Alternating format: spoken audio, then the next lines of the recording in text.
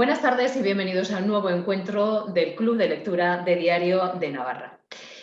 Comenzamos con una frase que en sí misma ya nos dice muchísimas cosas. El objeto del arte es quitar el polvo de la vida diaria de nuestras almas. Es la frase de Pablo Picasso con la que Carlos del Amor da paso a su último libro titulado Emocionarte, la doble vida de los cuadros.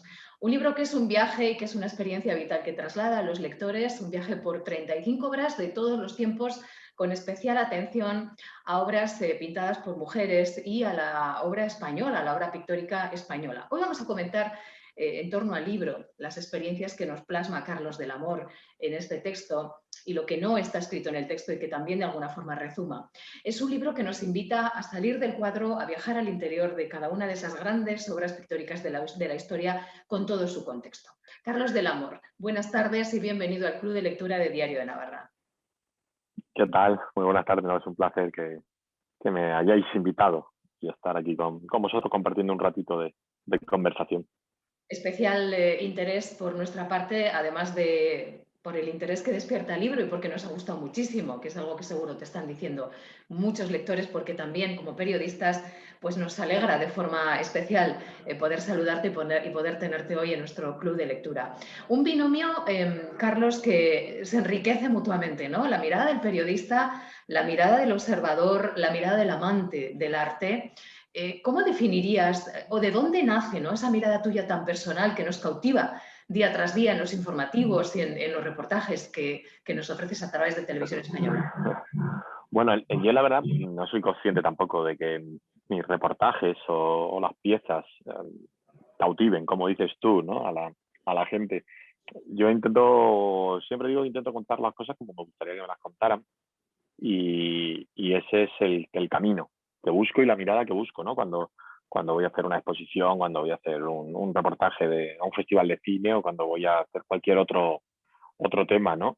Y esa es la mirada que intenta ser curiosa, que intenta ser casi virgen, ¿no? Dejarse sorprender por lo que estás viendo y trasladar la emoción que a ti te está provocando al espectador en el caso de la tele y al lector en el caso de los libros. Y si te das cuenta en este libro, en Emocionante, sí hay mucha simbiosis, ¿no? Es una especie de relato o investigación periodística acerca de cómo pudieron ser los hechos que rodeaban a la creación de un cuadro y luego una investigación más puramente periodística y anclada en la realidad, que es la investigación con datos y documental sobre esa obra, ¿no? Entonces me ha ayudado mucho, ¿no? Mi día a día periodístico, primero porque he tenido acceso además a muchos cuadros, a mucha gente que conoce esos cuadros y que me han ido contando cosas que luego he plasmado en ese libro. Más de 15 años mirando el arte y contándonoslo a través de esas crónicas. Bueno, llegaste al mundo de la cultura por casualidad, ya había una vocación previa. Ahora entramos, ¿no?, en materia también como esto había derivado en tu carrera literaria, pero ¿de entrada había una llamada especial o cómo fue? No, a ver, la inquietud cultural siempre ha estado, ¿no?, en mí. Y, y cuando yo empecé en el Centro Territorial de Murcia, primero en Televisión Española, y ahí se me brindó la posibilidad de hacer un programa cultural, ¿no? Y comprobé que encima mi afición podía ser mi profesión.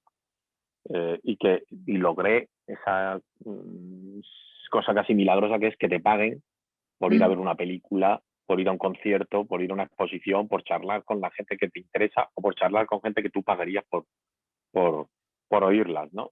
Y entonces dije, pues, este va a ser este es un sitio estupendo que habitar y en el que estar. Y bueno, y todavía lo digo en voz baja, ¿no? Para que no me escuche nadie y no se me fastidie, ¿no? Que me pagan por cosas que provocan placer, ¿no? Bueno, Y sí. es maravilloso. Es una fortuna, ¿no? Y luego, bueno, pues también tener la capacidad, ya no solamente de disfrutarlo y de valorarlo, que obviamente ya nos cuentas que la tienes, sino también de saber contarlo y de hacerlo tan cercano, ¿no? Incluso con el paradigma de la brevedad, porque lo breve, si bueno, dicen que dos veces bueno, yo creo que también es otra de tus cualidades. Sí, bueno, yo preferiría que fuera menos breve, ¿eh? Quiero decir que preferiría que la pieza que dura 1:30 durara 2:30. Pero entiendo también que el telediario es un lugar muy exigente, Mm. que exige día a día contenidos y que la actualidad es muy grande. y casi inabarcable, y que se abran ventanas a la información cultural y ventanas amplias y asentadas y sosegadas es un enorme privilegio. Lo que pasa es que la obligación nuestra es siempre pedir más. Entonces, si te dan 1,20, hay que intentar hacer 1,30, y si te dan 1,30, hacer 1,40 y ensanchar todo lo posible las líneas temporales. Y en eso estamos, ¿no? Pero por suerte cuento con la complicidad de una radio-televisión pública que sabe que esos contenidos probablemente solo se vean en ese canal, ¿no? Y unos editores y una dirección que apuesta también por ese tipo de contenidos. Así que creo que estoy en el sitio adecuado para seguir ejerciendo el vicio de la cultura. El vicio de la cultura, mejor aún si es compartido. Luego, si nos queda tiempo, aún hablamos un poquito más del ámbito en el que tú trabajas, de la televisión, de los medios de comunicación, de esos vínculos y esos puentes con la cultura. Pero vamos a entrar en el libro. Emocionarte. Ya el título es una tarjeta de presentación que nos dice mucho, ¿no? Nos vas a llevar al arte a través de la emoción. ¿Por qué ese camino de entrada al arte y no otro? Podías haber hecho un estudio, un ensayo, aunque tiene también, ¿no? Algunos rasgos de ensayo, pero hay mucho vivencial. ¿Cuál es en el fondo el objetivo de este libro para ti? Bueno, el objetivo yo creo que único es compartir emociones con los lectores, ¿no? Yo cuando he experimentado sensaciones muy fuertes, muy emocionales cuando he estado delante de una obra de arte, de determinadas obras de arte, y creo que el arte tiene la virtud de emocionarnos y de hacernos pensar y de enriquecernos. Y lo que quería era trasladarlo eso a un libro y coger el atajo de las emociones, que no es un atajo, porque luego es muy complejo, y comprobar la vida que ha rodeado a muchas obras de arte, y comprobar que cada una de esas vidas es una especie de película o de novela, ¿no? Y que la parte que tú puedes imaginar se queda corta al lado de lo que en realidad vivió cada cuadro, cada autor de esos, o autora de esos cuadros, ¿no? Y yo quería trasladar las emociones que a mí me han despertado un puñado de obras de arte, un puñado pequeño, porque hay infinidad, pero trasladárselas al lector y que el entendido en arte se sintiera identificado, y el que no entiende tanto de arte lo viera como una puerta de entrada a esa experimentación, ¿no? Hay una cosa muy bonita que de alguna forma también nos lleva a la didáctica, ¿no? Es una especie de mostrarnos otra forma de mirar, además de hacernos disfrutar, ¿no? De cada una de esas obras de arte y de contarnos lo que hay dentro. Y es que tú dices que el cuadro tiene una vida cuando lo miramos y otra cuando se queda a solas, ¿no? A mí esto me parece tan poético y tan bonito. ¿Qué es lo que quieres decir exactamente con eso? Bueno, yo tengo la vieja creencia de que cuando los museos se vacían de gente y se quedan las obras a solas, interactúan entre ellas, y los personajes de los cuadros dialogan entre ellos, y que un Goya dialoga con un Velázquez, y que un personaje de Picasso discute con uno de Dalí, como probablemente hacían en vida. Y siempre he tenido esa creencia, ¿no? De que el arte dialoga entre sí, y el buen arte tiende a encontrar también nexos comunes que les hacen compartir muchas cosas, aunque estén separados por años o por siglos, ¿no? Entonces yo, bueno, siempre he tenido esa fantasía, ¿no? E incluso en alguna pieza lo puse en marcha, ¿no? Cuando el Museo del Prado, recuerdo que cambió de horario y me invitaron a contar la noticia, yo les dije que quería ver cómo cerraban el Prado y quedarme a solas un rato dentro y ver cómo jugaban y dialogaban, ¿no? Los personajes de los cuadros, y hicimos un reportaje solo que era ficción, pero que yo creo que a veces la ficción es muy pegada a la realidad, ¿no? Yo creo que cuando se cierra la puerta, pues las tres gracias se descuelgan, pasean por la galería central, saludan a los borrachos, saludan a la infanta Margarita, se van a ver y lloran con los fusilamientos, y se pasan una jornada festiva en el Jardín de las Delicias, ¿no? Yo creo que eso sucede, y es el espíritu también del cuadro, del libro.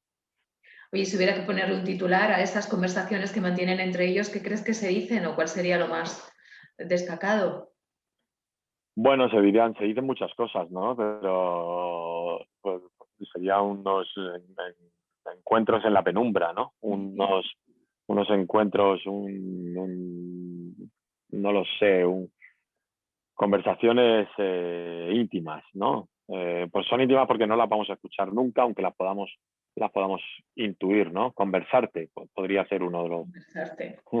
el título de esas conversaciones si las pudiéramos transcribir. ¿Sabes por qué te lo pregunto? Porque más allá de las cuestiones que comparten, que son muchas, y de todo lo que entre ellos se pueden enriquecer y cobrar más dimensión, a veces a mí me da por pensar, ¿no? Si estamos demasiado pendientes de las pantallas, en esta vida ajetreada, ¿no? Y prestamos poca atención a esa riqueza tan grande que hay en los museos. Yo creo que tendrás en mente, como yo, una imagen que se hizo viral hace unos meses de un colegio, de un aula, y todos con los móviles así, creo que era el Museo del Prado, el Louvre, no recuerdo uno de estos, una gran pinacoteca, frente a una de las grandes obras de la pintura universal. Sí, sí, mira, a lo largo de estos meses tristes que estamos viviendo, que la cultura está sufriendo mucho por, porque la cultura, la gran mayoría de los acontecimientos culturales viven del contacto y el contacto es de lo que estamos privados estos meses. Pero una de las cosas que sí he observado cuando voy a un museo es el espacio que hay ahora, ¿no? El límite de visitas hace que el hecho de visitar un museo y de introducirnos en la sala sea un hecho más respirable, ¿no? Y veo como a la gente con menos prisas y no veo a la gente tan empeñada en llevarse una colección de fotos en el móvil que no van a ningún sitio porque esas fotos nunca. Yo pregunto, imprimimos esas fotos, nos valen esas fotos para algo, nunca utilizamos esas fotos. Es simplemente por, no sé, supongo que será por subir a la red social, ¿no? Es decir, he estado delante de la Gioconda o de las Meninas. Bueno, las Meninas no, porque no puedes hacer fotos, pero de la muchacha en la ventana de David.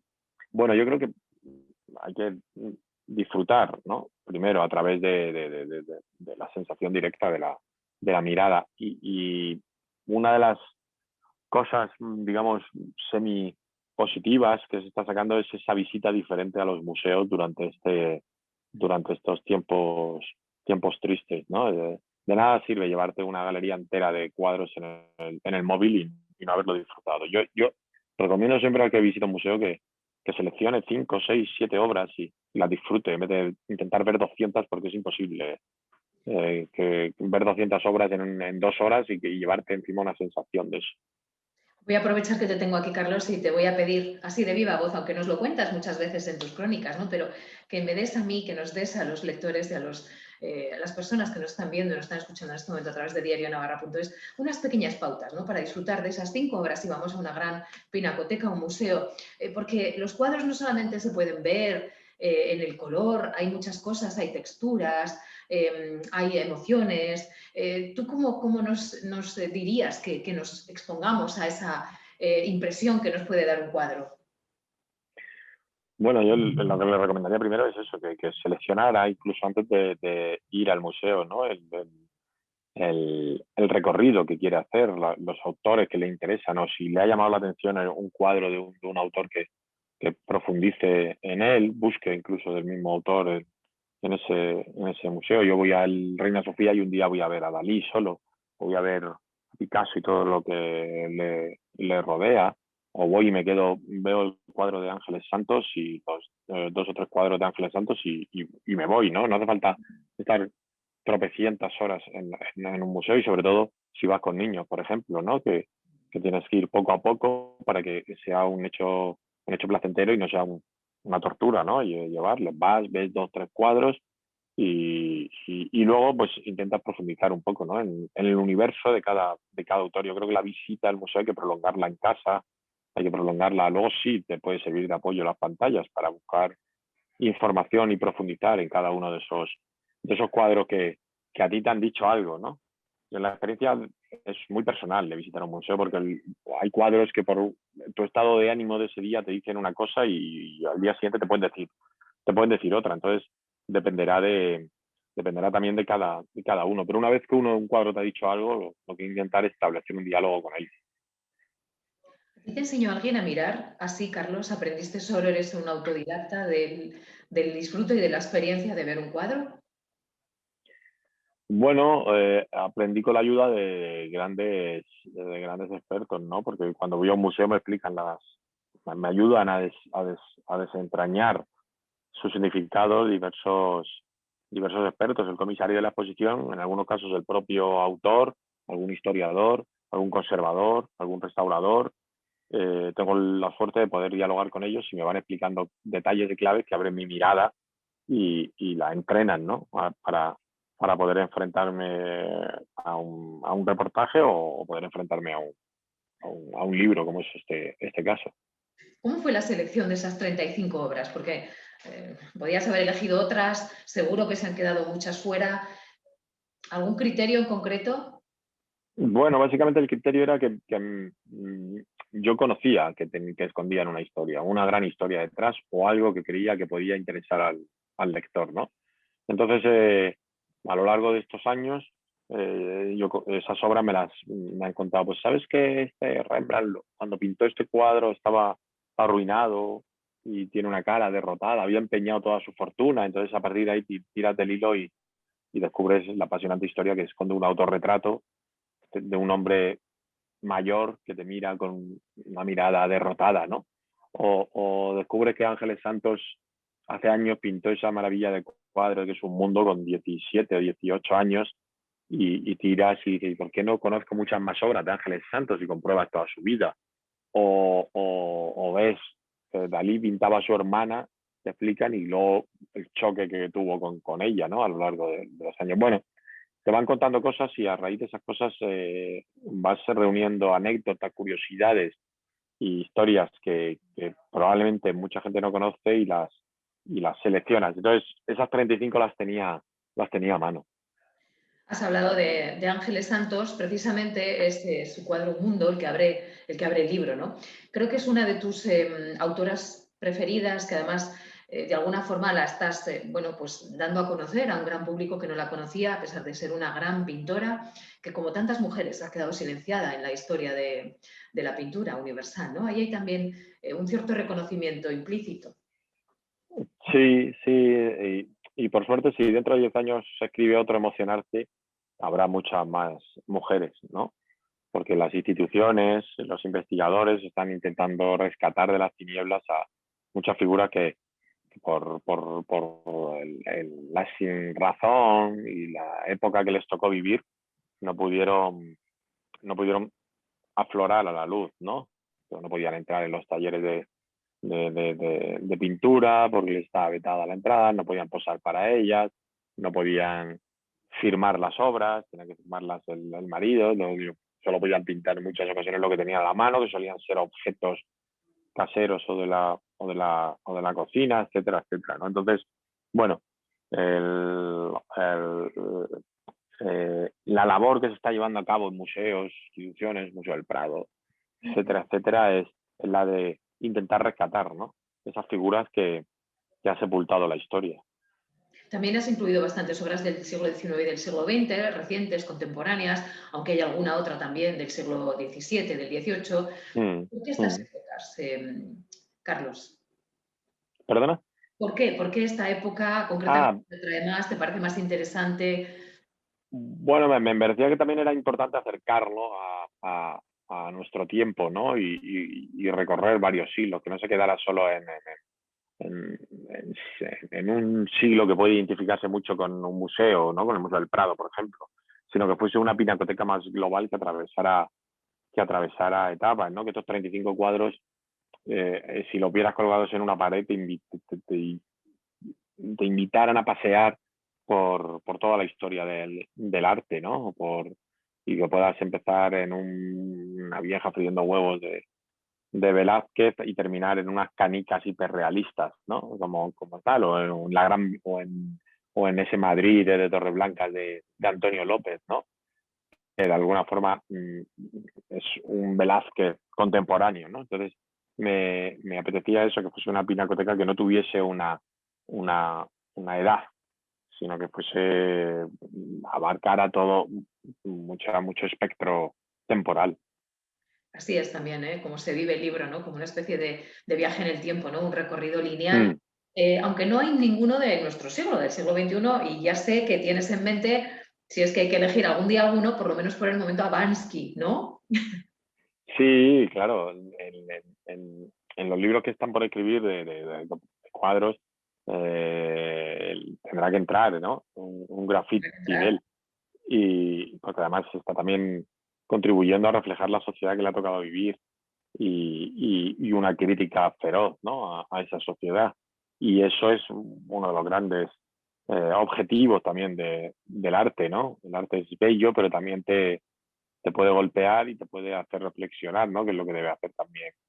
Está muy bien, hay cuadros que son meramente decorativos, pero si rascas un poco, son muchos los que detrás de ser un cuadro bonito, esconder algo, encierra detrás una crítica o un reflejo de la sociedad. Es decir, tú ves los jarrones con flores de Clara Peters y dices, qué bonito, ¿no? Pero detrás de eso, y rascando un poco, ves sus autorretratos en un medallón y ves que era su forma de reivindicar la figura femenina, porque ella, digamos, se reivindicaba pues, en una época en la que para la mujer era muy difícil pintar, y ves que todo esconde siempre algo, ¿no? Casi todo esconde siempre algo más allá del deleite que puede provocar el arte.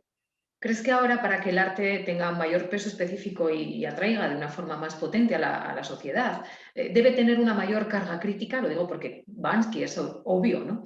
Sin embargo, como dices, pues la belleza siempre está ahí, ¿no? A lo mejor estamos demasiado acostumbrados a lo bello o somos ya también muy exquisitos con el paladar de la belleza que le pedimos al arte, y ahora, para que nos remueva y nos conmueva, quizá necesitamos artistas más críticos. No lo sé. ¿Cómo lo ves, Carlos? Bueno, no lo sé, no lo sé. A veces también la belleza por la belleza es fundamental, ¿no? Y la belleza con la belleza, a su vez, la belleza por la belleza, a su vez, lo que hace es aislarnos de la atmósfera que vivimos y convertirse en un refugio, ¿no? Y eso también es, de alguna forma, un fin social, ¿no? Convertirte en un lugar donde una obra de arte se convierta en un lugar donde respirar, ¿no? También me parece loable y me parece muy, muy digno. Pero es verdad que, que muchos artistas optan por reflejar la sociedad que les ha tocado vivir y de alguna manera ese reflejo lleva consigo la crítica y el inconformismo, ¿no? Porque el arte también tiende al inconformismo, por suerte, y a ser reivindicativo, ¿no? Y es una manera también de sentir empatía con el admirador, con el visitante o con quien está viendo esa obra, ¿no? Porque te está enseñando cosas que tú estás probablemente viviendo. Y eso provoca un Sí, matrimonio estupendo. sí, además, al fin y al cabo, cada uno lo vive de una forma, ¿no? Y no hay dos cuadros iguales porque no hay dos ojos, dos miradas iguales, que eso también Exacto. es la fuente inagotable, ¿no? Que tiene el arte, que es algo que tú reivindicas de principio al Mm, final del libro también. exacto. Sí, sí, sí. El, eh, si tú vas a ver una obra y yo voy a ver la misma obra, probablemente salgamos con conclusiones diferentes, ¿no? Más allá del me gusta o no me gusta, ¿no? Pero a ti te dirá una cosa y a mí me dirá otra, ¿no? Y ese es uno de las maravillas, ¿no? De visitar un museo, ¿no? Que cada uno tenga una visión diferente de lo que está viendo, porque como te he dicho antes, dependerá muchas veces de nuestro estado de ánimo. Al levantarte de mal humor un día, ir a un museo, hará que veas de una manera el Guernica o de otra. Al levantarte triste, hará que lo veas de una manera o de otra. Entonces, si tú vas a ver El Mundo de Ángeles Santos y estás con un estado de ánimo bajo, probablemente te fijes más en una parte de ese cuadro que tiende más hacia las tinieblas, hacia la oscuridad, y probablemente si vas eufórica, tiendan más a ver la otra parte, ¿no? A esos personajes en el cine o a esos personajes que están en un bar, ¿no? Todo depende de la mirada de quien observa, ¿no? Al final es lo fundamental. Oye, Carlos, ahora que has dicho esto del estado de ánimo, ¿los museos pueden llegar a ser terapéuticos? ¿Una buena visita o una visita en un momento adecuado puede Sin, ayudarnos? sin duda, los museos, la cultura en general es terapéutica. Es terapéutica porque aunque te golpee, te hace pensar y pensar te hace activar el cerebro y te puedes sacar del lugar donde estés si estás en un mal lugar, ¿no? Una visita a un museo te entras y ya te sientes de otra manera, ¿no? Es la luz, es la atmósfera, es el silencio. Yo creo que es un sanatorio estupendo, ¿no? Y es entrar en una Para, burbuja que a su vez te ofrece muchas burbujas, ¿no? Porque luego están claro, hablando de sus viajes en los cuadros. claro, porque una vez que entras ya tú viajas donde quieras, ¿no? Es como una enorme agencia de viajes y cada cuadro te lleva a un destino diferente, pero pasa lo mismo muchas veces en una sala de cine, ¿no?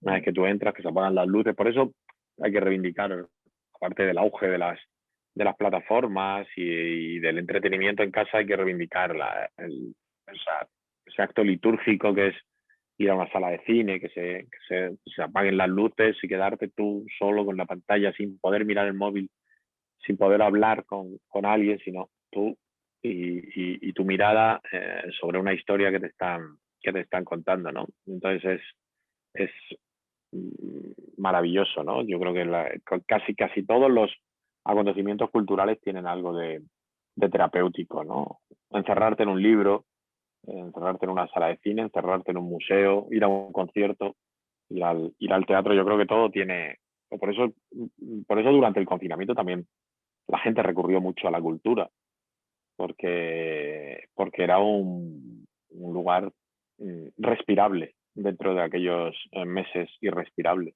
Y una fuente inagotable de vida o de vidas, ¿no? De todos Claro. los museos que tú has tenido la suerte de poder visitar a través de tantos trabajos, tantos reportajes, Carlos, ¿con cuál te quedarías o cuál ha sido quizá el que te ha dado a ti pues una acción terapéutica o una experiencia diferente?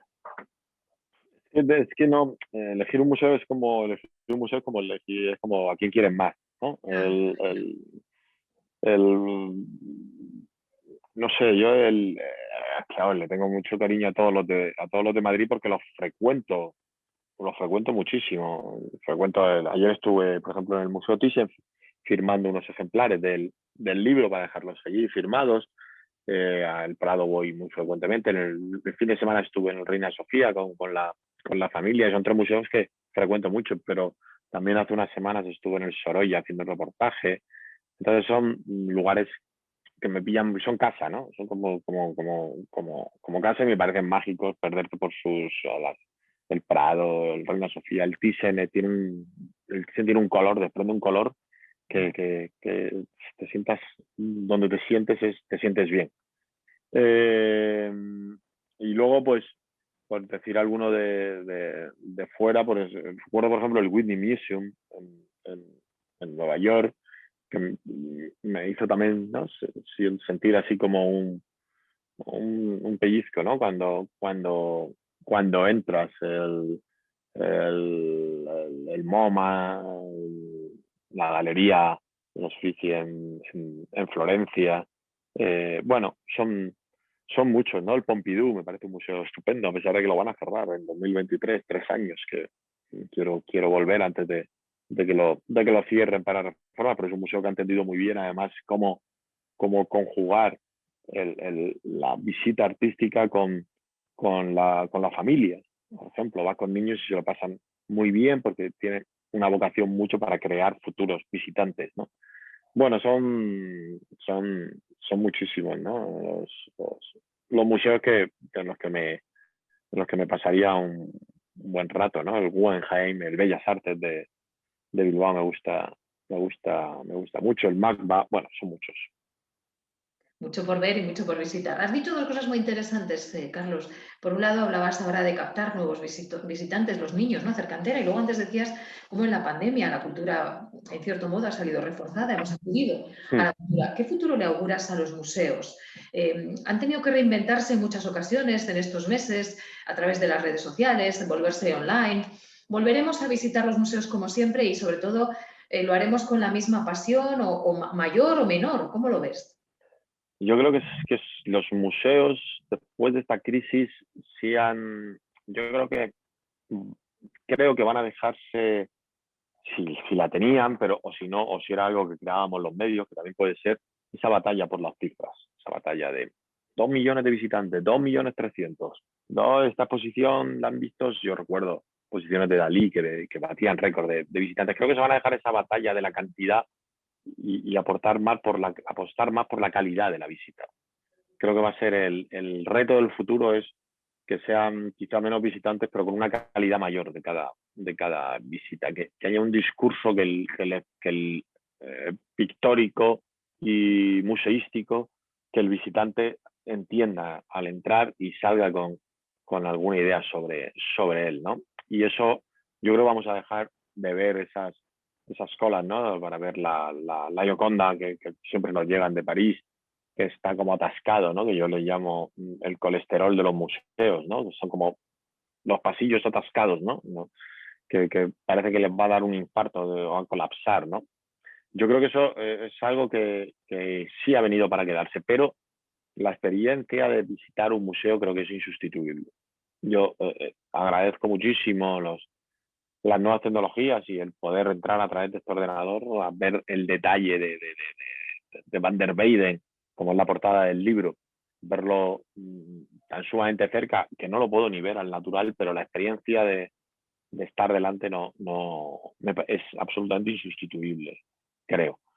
Y entonces que se conjugarán esas dos cosas, ¿no? La necesidad de ver arte en directo con la necesidad de que esa visión tenga más calidad, que no ser una visita para hacer fotos y irnos corriendo y poner una muesca, como decir, yo he visitado y he visto el cuadro de Hopper. Ya, pero ¿y qué?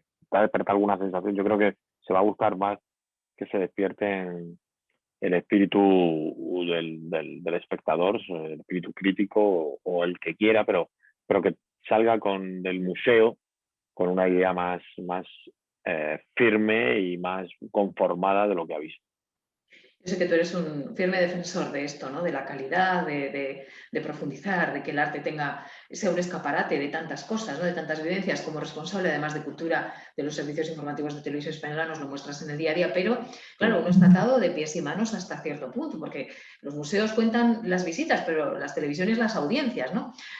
Una pregunta un poco más de contexto. ¿Crees que hay que seguir insistiendo y ofreciendo más programas culturales, a pesar de que no tengan mucha audiencia o no siempre la deseada?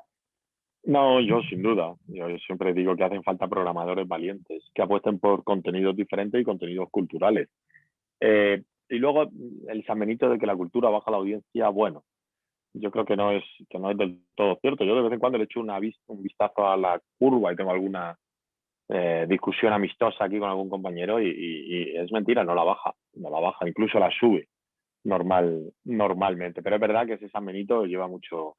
Una vez que te insultan de una manera, es difícil quitarte luego un San Benito. Y cuando alguien dijo alguna vez, algún iluminado dijo alguna vez que la cultura baja la audiencia, bueno, nadie ha probado tampoco a poner un programa de cultura en la 1, por ejemplo, en prime time de cultura, hablo, ¿eh? Nadie ha probado, excepto hace muchos años, ¿no? Pero yo recuerdo los a fondo cuando traían a Cortázar y se ponían a hablar con Cortázar, pero bueno, era una sola cadena, pero ahora nadie lo ha probado. Igual también si hemos acostumbrado al espectador a que vea a gente encerrada en una casa y ha triunfado, pues igual podemos acostumbrar al espectador a que visite con un museo o visite o escuche a un escritor o tenga o asista al mayor espectáculo que pueda haber, que yo creo que es un acontecimiento cultural, ¿no? Bueno, hará falta programadores valientes. Por suerte, es cierto que tenemos una cadena que es la 2,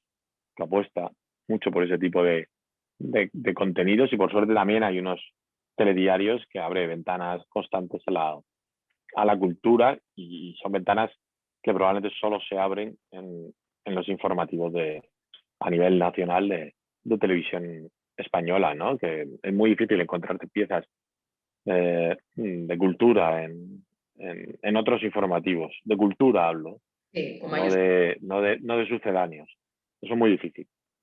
de todas formas, una cuestión más, y volvemos al libro, pero ¿qué es antes, Carlos? Hay que educar y hay que formar a los jóvenes en las aulas. Hablo de las humanidades, yo estudié artes, pues seguramente también cada vez se estudia menos humanidades, para que luego lo valoren cuando tengan un programa de televisión y puedan disfrutar de él, o es simplemente una cuestión de ir generando, como decías, ¿no? Si disfrutan con gente encerrada, ¿por qué no van a disfrutar con una buena conversación? Porque en el fondo las humanidades nos configuran también, ¿no? ¿Crees que hay que hacer una Sí, seria bueno, o no? yo creo que el enriquecimiento cultural desde niño es maravilloso, ¿no? Y es recomendable, ¿no?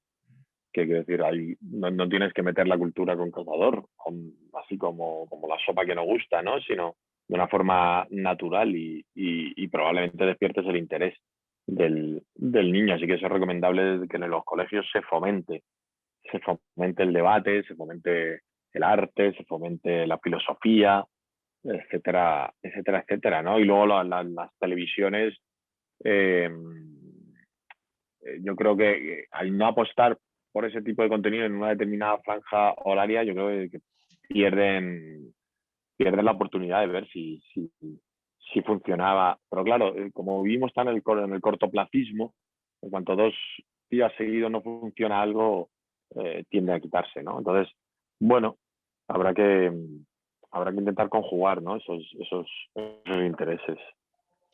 Bueno, no te vamos a robar mucho más tiempo, Carlos. Yo sé Mm. que nos has recibido ahora mismo en Televisión Española, trabajando, haciendo un pequeño hueco en tu agenda. Sé que ahora, por ahora, estás disfrutando de la promoción del libro y de las mieles que te está trayendo y que no tienes previsto ponerte a escribir porque tienes muchísimo trabajo, pero si vuelves a hacerlo en breve o no tan en breve, ¿qué nos vas a ofrecer? ¿Con qué nos vas a deleitar? Pues la verdad es que no lo sé, porque es verdad que acabo digamos, de alumbrar emocionarte, tiene muy poco tiempo y el día a día también te lleva, te arrastra, ¿no? En la tele es una trituradora, ¿no? Lo de ayer ya es viejo, lo de ayer ya no cuenta, ahora tienes que algo nuevo, siempre hay demanda de algo nuevo y eso lleva mucho tiempo, pero bueno, me gustaría seguir ahondando este camino que he abierto con Emocionarte, ¿no? Y ver si tiene alguna otra variación, ¿no? No me importaría. Me he sentido cómodo haciéndolo. Nosotros hemos disfrutado mucho leyéndote y espero que sean muchos más los que lo disfruten. El libro Ojalá. tiene adelante y que tenga una larguísima vida. Hablábamos, Carlos, de que abres el libro con un mundo de ángeles santos, que es todo un símbolo y toda una declaración de intenciones, y lo cierras con el abrazo de Genovés, que también creo que tiene mucho simbolismo, ¿no? En este tiempo en el que no podemos abrazarnos más que así, decirnos, te envío un abrazo. Bueno, pues ese último cuadro también lanza un mensaje, ¿no? Sí, es el abrazo bueno, y el último personaje, el de la derecha del todo, que es una mujer que no abraza a nadie, que es un abrazo al futuro, ¿no? Pues es el mensaje que también intento mandar con ese cuadro, ¿no? Que el futuro sea abrazable, ¿no? El que está por llegar, aunque el presente sea como sea tampoco abrazable. Y luego además también es un abrazo de gente que va todo, todos a una, ¿no? Con un mismo objetivo, ¿no? Que es algo también que hemos echado de menos en la clase política durante estos meses. Pues sí, yo creo que era un buen colofón, ¿no? Al libro. Bueno, pues nos sirve también, ¿no? Para enviarte un abrazo virtual. No sé si como colofón nos gustaría seguir hablando mucho más rato contigo. Carlos, es un placer de verdad tenerte aquí, poder compartir impresiones contigo. Yo creo que hemos aprendido la próxima vez que vayamos a un museo, yo al menos, fijarnos mejor, ¿no? Y más a todo eso que nos ofrecen Eso. los cuadros y a través de emocionarte, emocionarnos también con el arte, ¿no? Y contigo. Te seguimos, Muchas gracias. a diario en los informativos, en esas crónicas maravillosas de arte, cultura y cine. Gracias por estar hoy en el Club de Lectura de Diario de Navarra, Carlos, y hasta cuando quieras, hasta siempre. Espero que pronto podamos invitarte y vengas presencialmente. Ojalá, eso es lo que quiero, que pronto las pantallas dejen paso a la presencia física y poder ir a los lugares en los que nos hemos visto obligados a hacerlo así, a través de pantalla. Estoy deseando el contacto, ¿no? También con los lectores. Bueno, por ahora que sirva esto de aperitivo, lo dicho. Muchas gracias y hasta muy pronto, Carlos. Muchas gracias a ti, un abrazo.